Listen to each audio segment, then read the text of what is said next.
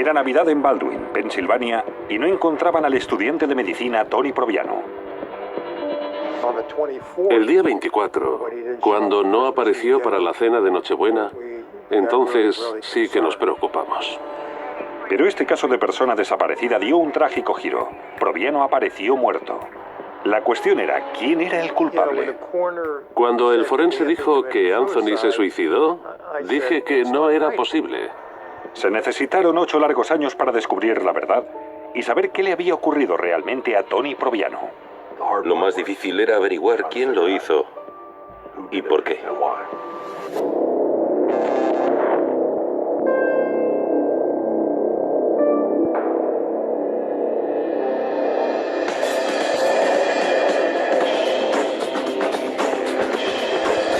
Crímenes imperfectos, Estados Unidos. Baldwin, Pensilvania. Una pequeña ciudad a los pies de las montañas Allegheny. Baldwin es una comunidad suburbana tranquila y agradable. Partidos de fútbol entre institutos, reuniones familiares y los domingos a la iglesia. Así es la vida en Baldwin, Pensilvania. Nos gusta vivir aquí. Es un buen sitio para vivir, para criar a tus hijos y para que estos vayan a la escuela y reciban una buena educación. Recibir una buena educación, formar una familia, echar raíces. Eso era exactamente lo que Tony Proviano tenía previsto hacer. Pero los planes que hace la gente no siempre salen bien. Para Proviano no habría un final feliz. Ni una casa en los suburbios con niños correteando. Solo habría misterio y tragedia. Diciembre 1997. En Baldwin es Navidad. Pero Anthony Proviano, de 29 años, no fue a su casa a pasar las Navidades. Era el 25 de diciembre de 1997, el día de Navidad, cuando el señor Proviano vino a la comisaría de policía para denunciar la desaparición de su hijo Anthony. Nuestro departamento tiene un promedio de 5, quizás 7 personas desaparecidas al mes. La mayoría son chiquillos que llegan tarde a casa y todo termina antes de iniciar la investigación. Por ello, cuando se trata de un caso en el que la familia está tan angustiada y emocionalmente afectada, tienes que dejarte llevar por tu instinto. En ese caso, todos sabíamos que algo no estaba bien. Anthony Proviano estudiaba medicina en la Universidad de Cincinnati. Vivía fuera del campus. La policía fue a Cincinnati para registrar el apartamento de Anthony. Registraron el apartamento. Primero, para asegurarse de que no estuviera allí, y segundo, para ver si había alguna señal de juego sucio. Nada parecía fuera de lugar. No había señales de lucha, nada que nos indicara dónde estaba Anthony. Pero la policía encontró algo que no esperaba. Cuando el agente Keynes estaba registrando el apartamento de Anthony en Cincinnati, encontró una automática del 45, así como los papeles para una automática del 25. A la familia le sorprendió que tuviera un arma. Un arma, pero ni rastro de Anthony Proviano. La policía esperaba que comprobando los movimientos de su tarjeta de crédito podría seguir su rastro. Al analizar sus compras supimos que Anthony había cambiado el aceite del coche en la mañana del 23, que efectuó una compra en Sears esa misma mañana. Supusimos que sería un regalo para la familia dada la fecha, y de repente, nada. Ni pago de gasolina, ni factura de hotel, nada, ni nada en su móvil. Todo se paraba en seco. Eso eleva el nivel de sospecha en cualquier investigación. Se elevó el nivel de sospecha y lo que estaba en juego. Decidimos pedir un favor. Llamé a un ejecutivo de una de las cadenas de televisión de Pittsburgh, la KDK Televisión, y le dije: Dickie, ¿sería posible que me prestarais un helicóptero mañana? Y para mi sorpresa me dijo: por supuesto. Fuimos en el helicóptero con la esperanza de encontrar el coche, pensando en la posibilidad de que se hubiera salido de la carretera o por si podíamos localizarlo en la carretera entre Pittsburgh y Cincinnati. La búsqueda por aire duró varias horas. Casi nos habíamos quedado sin combustible y el piloto dijo que el último sitio en el que miraríamos sería Days Inn y luego volveríamos a Pittsburgh. En ese momento no teníamos muchas esperanzas. Me dije, vale la pena intentarlo, pero lo cierto es que no confiaba en encontrar nada. Y llegamos al Days Inn, en el condado de Belmont. Y en el aparcamiento vimos el Chevrolet Camaro rojo. Me llamaron al móvil y me dijeron, no vas a creértelo, hemos encontrado el coche. Está aparcado en el Days Inn, en Sinclairsville, Ohio. Me quedé sorprendido. Era la aguja en el paje y habían encontrado la aguja. En ese momento, confiaba en que encontraríamos a Anthony, que por alguna razón había parado ahí y estaría durmiendo, y que todo habría sido un malentendido, y ahí acabaría todo. Pero según la recepcionista del motel, Proviano se había registrado el día 23 y desde entonces nadie le había visto. La doncella dijo que nadie había tocado la habitación en 2 días. El coche seguía aparcado allí. Algo había ocurrido. Chicos, separaos y buscad en el bosque a ver si podéis encontrar algo, ¿de acuerdo? La policía registró el motel y sus alrededores.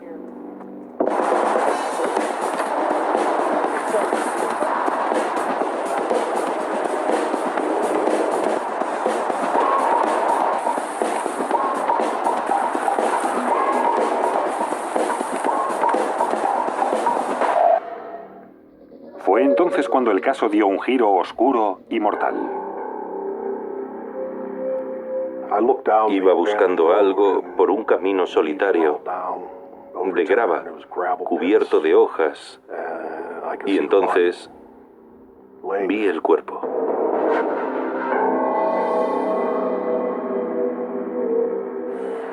Cuando encontramos el cuerpo, ya no se trataba de un caso de persona desaparecida, sino posiblemente de un caso de homicidio. En Ohio, la frenética búsqueda de un estudiante de medicina de 29 años había terminado en tragedia. La policía había encontrado el cuerpo de Anthony Proviano en el bosque, detrás de un motel de carretera. A pesar de que en la policía ves la muerte con cierta frecuencia, no pude evitar sentir compasión por la pérdida de los Proviano. Parecía que a Anthony Proviano le habían disparado en el pecho y que el caso de persona desaparecida se había convertido en un caso de homicidio. Hay muchas pruebas en la zona. Hasta ahora hemos encontrado un zapato y una chaqueta. En base a dónde se encontraron las pruebas, parecía que se había producido un forcejeo.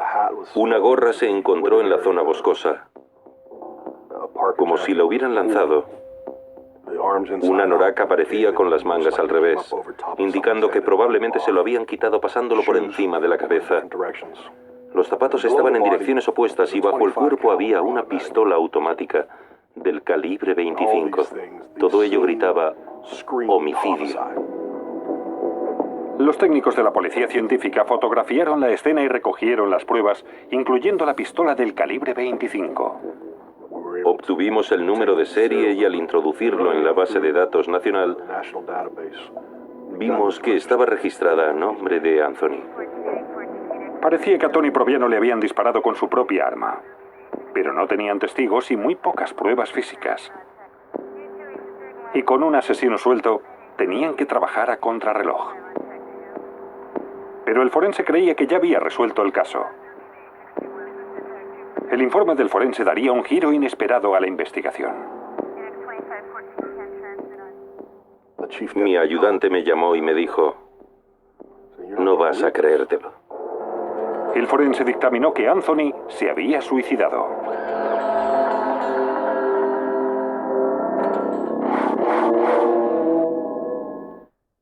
Pero los inspectores estaban convencidos de que el forense se equivocaba y que a Proviano le habían asesinado. Bajo el cuerpo se encontró una pistola automática del calibre 25. Al examinarla, había una bala en la recámara, pero esta tenía la marca dejada por el percutor, lo que indicaba que quien quiera que disparara el arma intentó hacerlo por segunda vez, pero el arma estaba encasquillada. Los inspectores encontraron más pruebas que indicaban que se trataba de un asesinato. En el vehículo no había ninguna huella dactilar identificable. Literalmente, tendrían que haberse encontrado miles de huellas. En el retrovisor, el volante, el salpicadero, la radio, las puertas, la guantera. Nada. Nada. Parecía que el vehículo había sido limpiado. El coche de Proviano estaba limpio. Parecía que el asesino había borrado sus huellas. Nada indicaba que fuera un suicidio y la escena del crimen decía homicidio. Sin duda, con absoluta certeza.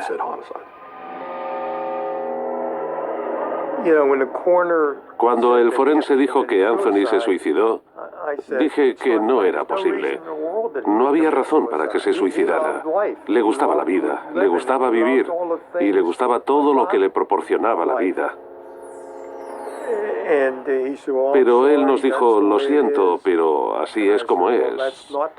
Y yo le dije, no es así. Nosotros averiguaremos cómo es. Pero el dictamen del forense de Ohio se hizo oficial. La muerte de Tony Proviano fue considerada como suicidio y se cerró el caso.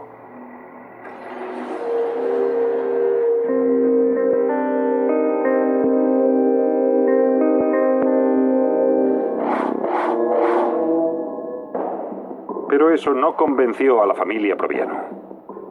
Decidimos hacerlo nosotros. La familia ordenó una segunda autopsia.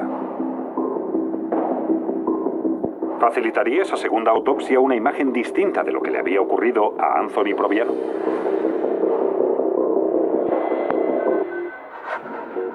Anthony Proviano, estudiante de medicina, había muerto de un solo disparo en el pecho. El forense del condado dictaminó que había sido suicidio, pero los investigadores no estaban convencidos. Sabíamos que era la víctima de un homicidio, que le habían disparado y que había habido una pelea. Lo más difícil era averiguar quién lo hizo y por qué. Ahora los agentes tenían los resultados de una segunda autopsia. Determinó que había participado más de una persona en la comisión del delito. No creía que fuera suicidio. El hecho de que la bala afectara a una arteria en concreto indicaba que no era donde apuntaría a un suicida. Y aún más, el forense no encontró restos de pólvora en la mano de Anthony Proviano. Una prueba más de que no apretó el gatillo. El extraño orificio de entrada, las señales de lucha en la escena del crimen y la falta de residuos de pólvora en la mano parecían indicar que el primer forense se había equivocado. No se trataba de un suicidio, sino de un asesinato. Pero ¿quién tenía motivos para matar a este buen estudiante de Baldwin? La policía no tenía ningún sospechoso ni ninguna pista. El caso quedó estancado durante varios meses. Mucha gente me decía, bien, cuando te mueras y te reúnas con él, lo sabrás. Yo no quería averiguarlo así. Quería averiguarlo entonces. Quería saber qué había ocurrido exactamente.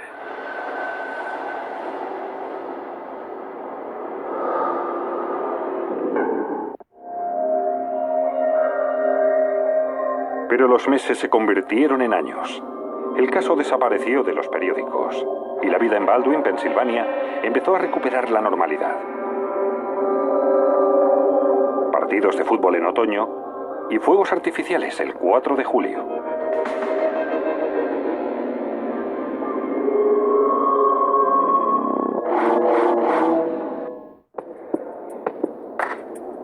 Pero de pronto, el caso dio un giro inesperado. Un recluso de la penitenciaría de Pensilvania envió una carta a la policía de Baldwin afirmando que sabía quién había matado a Anthony Proviano. El recluso nos informó de que Doug Main y Marlene Smith, ambos de Washington, Pensilvania, estaban implicados. Douglas Main y Marlene Smith tenían extensos antecedentes penales. Podía ser una pista prometedora, pero los agentes debían ir con cuidado. Cuando un recluso de alguna penitenciaría te envía una carta, debes cuestionarte sus motivos. ¿Por qué lo ha hecho? ¿Busca indulgencia? ¿Para conseguir una reducción de la sentencia? ¿Pretende vengarse de alguna persona? Pero el informante sostenía que podía aportar pruebas. Dijo que tenía una cruz que le habían robado al tipo que Marlin Smith y Doug Main habían matado en St. Clairsville. Se la había dado a su madre diciéndole: no pierdas esa cruz, será muy importante. La policía fue a la casa de la madre del recluso en busca de la cruz. Sin que yo le pidiera nada, la madre me dio un joyero de color azul. En su interior había un crucifijo. Me dijo: es del hombre muerto. El padre de Anthony Proviano confirmó que era la cruz de su hijo. La historia del informante era real. Había llegado el momento de interrogar a Doug Main y Marlin Smith.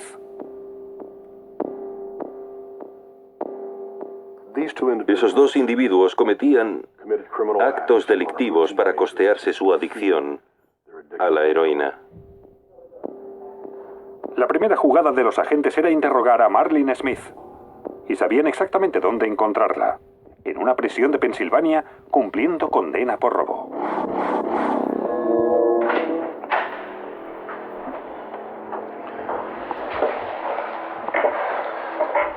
Bien, Marlin. Le hablé de la información que estábamos recogiendo. ¿Conocía a Anthony Proviano? ¿Y cómo íbamos acumulando pruebas? ¿Ha visto un coche parecido a este? Y que el círculo se estaba estrechando a su alrededor. Pero Marlin Smith negó rotundamente haber matado a Anthony Proviano. ¿Y qué quieres que le diga? Aceptó someterse a la prueba del polígrafo para demostrarlo. A pesar de que la prueba del polígrafo no se admite en un procedimiento criminal, es una buena herramienta de investigación. Le dijimos que si el polígrafo no la creía, el jurado tampoco la creería. La prueba indicó que las respuestas de Marlin Smith no se correspondían con la verdad. Y era muy probable que mintiera en cuanto a su implicación en la muerte de Anthony Proviano.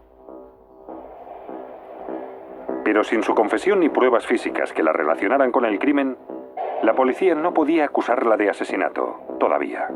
Los investigadores interrogaron a su supuesto cómplice, Douglas Main. Doug Main no dejaba de decir: yo no lo hice. Se han equivocado. No quiero hablar con ustedes. Quiero que venga un abogado ahora mismo. Doug Main no hablaba. A pesar de tener dos sospechosos, la investigación corría el peligro de atascarse. Estábamos tan convencidos y tan felices de que por fin íbamos a conseguir algo. Nunca he sufrido una decepción mayor en mi vida que cuando el gran jurado dijo que no podía encausarlos. La policía temía que se libraran de ser acusados de asesinato.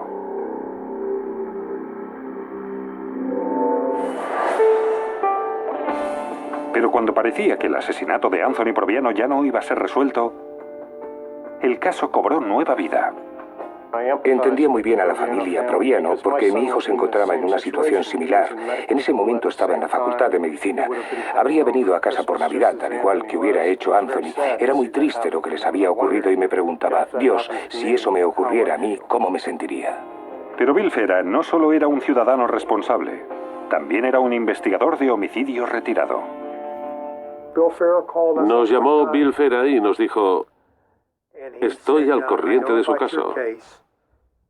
¿Les importa que me implique en él?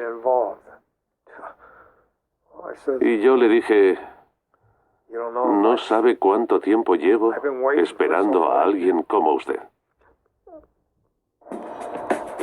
Sí, tiene muy buen aspecto, sí. Bill aportó un punto de vista nuevo, una nueva dirección, así como su experiencia.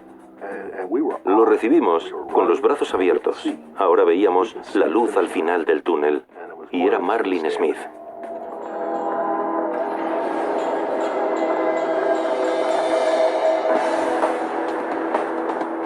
Los investigadores se centraron en 2 sospechosos en el caso del asesinato de Anthony Proviano. Los sospechosos eran Marlene Smith y Doug Main. Y un nuevo inspector se había unido a la investigación. Sí, Marlene. Ya había encontrado a nuevos testigos. No voy a permitir que se libre de eso. Testigos que estaban dispuestos a hablar. Se me ocurren por lo menos 6 personas que eran amigos o conocidos de la pareja y que uno o los 2 les habían dicho que estaban juntos cuando habían matado a Anthony Proviano. Parecía que Marlene Smith no sabía guardar un secreto. Teníamos 17 personas a las que ella les había hablado de la muerte de Anthony. Doug Main le golpeó tan fuerte que perdió los zapatos. Las pruebas encontradas lo corroboraban. Le mató con su propia pistola. Las pruebas encontradas lo corroboraban. Con la información facilitada por los nuevos testigos, hablaron una vez más con Marlene Smith esperando que confesara. La agente Kim Rising se convirtió en una de las visitas regulares de Marlene Smith. No se me ocurrió la idea de ir allí y decirle, bien, queremos que confiese ese asesinato. Empecé a escucharla y a hablar con ella. En un periodo de 6 meses a un año, hablamos varias veces personalmente y por teléfono.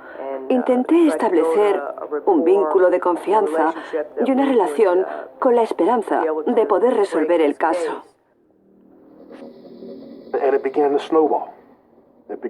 Y se fue agrandando como una bola de nieve, hasta el punto en que Marlene inició una relación telefónica con algunos de los agentes diciendo cosas como: ¿cómo os va? ¿Qué tal la investigación? Sabéis que yo no lo hice. En ningún momento dijo abiertamente: yo no lo hice. Quiero a un abogado. Tras 7 años, Marlene Smith por fin cometió un error. Un error que quedó grabado. Una noche llegué a casa y escuché el contestador. Y había como una larga pausa. Y después parecía que hablaba conmigo. Evidentemente reconocí su voz. Era como si hubiera dejado el teléfono descolgado y estuviera hablando con un hombre. No eres buena. Sé que no soy buena. ¿No sabes que la policía ha venido a verme 10 o 20 veces? Y luego se le escapó.